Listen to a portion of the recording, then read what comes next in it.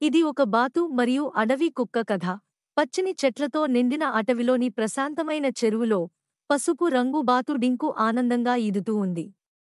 ఉదయపు సూర్యకాంతి నీటిపై మెరుస్తూ అద్భుతంగా కనిపించింది. చెరువు నుంచి దూరంగా అడవి కుక్క రాగో ఆహారం కోసం తిరుగుతుండేది. గోధుమ రంగు రోమాలు, పదునైన కళ్ళు, సన్నగా కనిపించే శరీరం. అతను చాలా రోజులుగా ఆకలితో ఉన్నాడు. రాగో చెరువు దగ్గరకు వచ్చేటప్పుడు నీటిపై నెమ్మదిగా ఈదుతున్న డింకును గమనించాడు. బాతు సులభంగా దొరికే ఆహారమని అనుకుని నెమ్మదిగా చెరువు అంచుకు చేరుకున్నాడు. చురుకైన డింకు నీటిలోని ప్రతిబింబం ద్వారా రాగో కదలికలను గుర్తించాడు. బెదరకుండా చెరువులోని లోతైన మధ్యభాగానికి ఈదుకుంటూ వెళ్లి సురక్షితంగా నిలిచాడు. రాగో దగ్గరకు రావడానికి ప్రయత్నిస్తుండగా చెరువు అంచునున్న బురదలో జారిపోయాడు.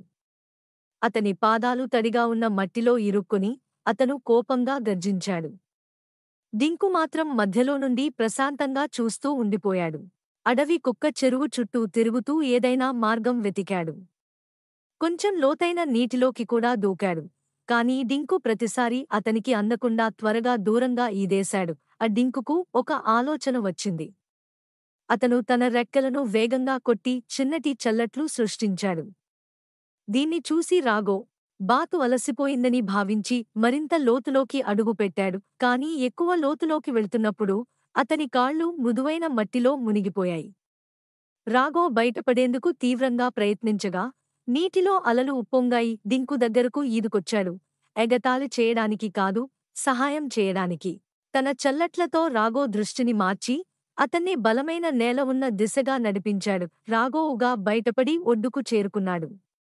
అలసిపోయి డింకువైపు చూసి ఆశ్చర్యపోయాడు. తప్పించుకోకుండా సహాయం చేసినందుకు అతనికి ఆశ్చర్యం వేసింది. డింకు మాత్రం శాంతంగా తల ఊపాడు. బాతు చేసిన మంచితనంతో రాగో హృదయం మారిపోయింది. ఇకపై డింకును లేదా చెరువు దగ్గర ఉన్న ఏ జీవిని హాని చేయనని మాట ఇచ్చాడు.